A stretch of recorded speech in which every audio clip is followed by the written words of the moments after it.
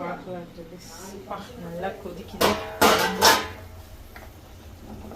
ஒரு டைம் உப்பு செக் பண்ணிக்கிட்டு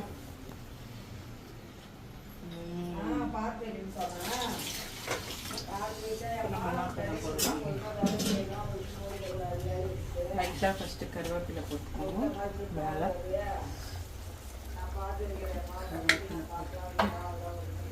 மீன் போட போகிற டெடிஸ். ஃபஸ்ட்டு தலையெல்லாம் போட்டுலாம். 1 2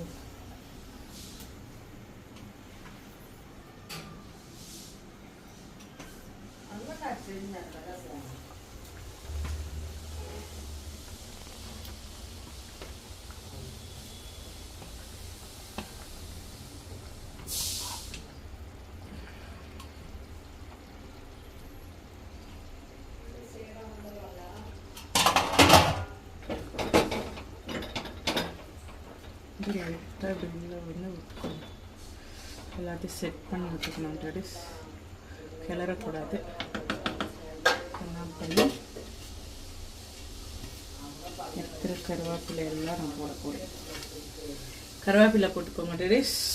நீங்கள் எந்த அளவுக்கு கருவேப்பிலை வந்து கொஞ்சம் கொஞ்சமாக சேருங்க. கொதிக்கும் போது, தாளிக்கும் போது, அதுக்கப்புறம் லாஸ்ட்டாக கொஞ்சம் போட்டிங்கன்னா உங்களுக்கு நல்ல டேஸ்ட்டாக வாசனையாக இருக்கும் டெடிஸ். நெக்ஸ்ட் வந்து கொத்தமல்லி போடணும்.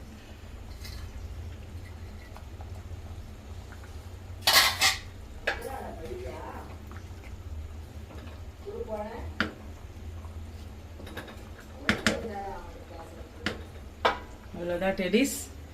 மீன் குழம்பு வந்து சூப்பராக ரெடி ஆயிடுச்சு. ஸோ இந்த வீடியோ வந்து உங்களுக்கு கண்டிப்பாக பிடிக்கும்னு நினைக்கிறேன். இப்படி தான் நான் வந்து இப்போ சிம்பிளாக மீன் குழம்பு பண்ணேன். நீங்களும் வீட்டில் ட்ரை பண்ணுங்க டெடிஸ். ரொம்பவே நல்லா இருக்கும். நான் இது ஒரு 4th 5th டைம் இந்த மாதிரி அரைக்காம நான் பண்றேன்.